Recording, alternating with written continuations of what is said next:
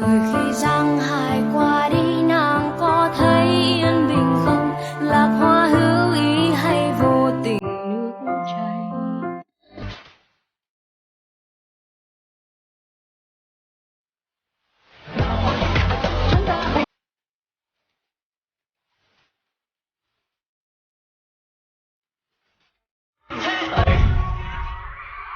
Đưa bàn tay người vào đây xem được say trời này bay nè anh ngồi đây trên từng anh sao mà like hay là cay ở đời mình thích khen quên thì sẽ mang đuôi đồng tiền này muốn có anh cho đừng mò. Sự khác biệt giữa Vương Nhất Bác và Tiêu Chiến khi nghịch tuyết. Tiêu Chiến khi nghịch tuyết.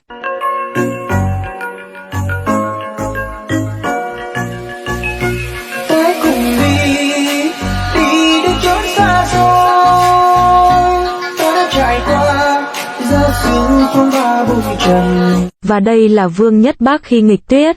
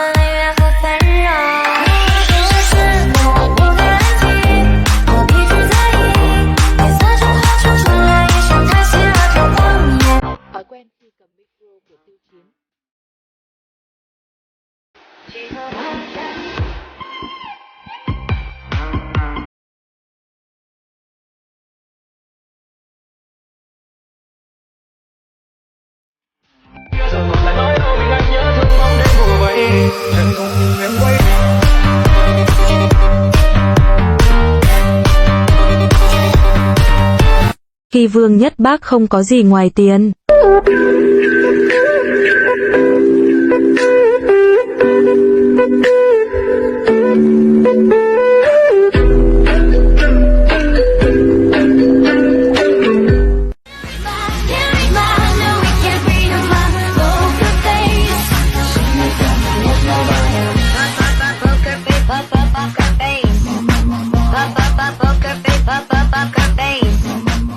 Cùng một biểu cảm, cùng một bản nhạc nhưng nhìn là biết ai trên ai dưới liền.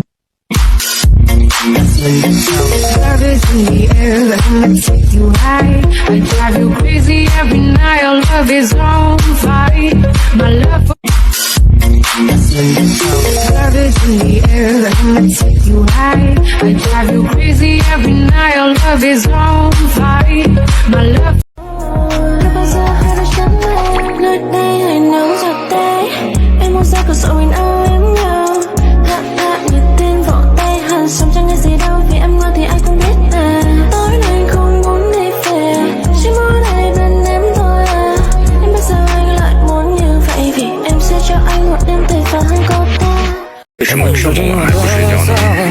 难道是在等我的晚安？怎么了？睡不着了？可以叫你不要想那么多吗？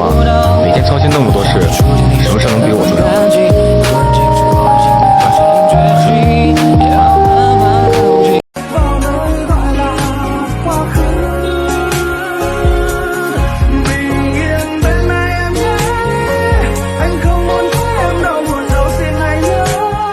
？Where I go, me and my friends at the table doing shots, tripping fast and then we talk slow.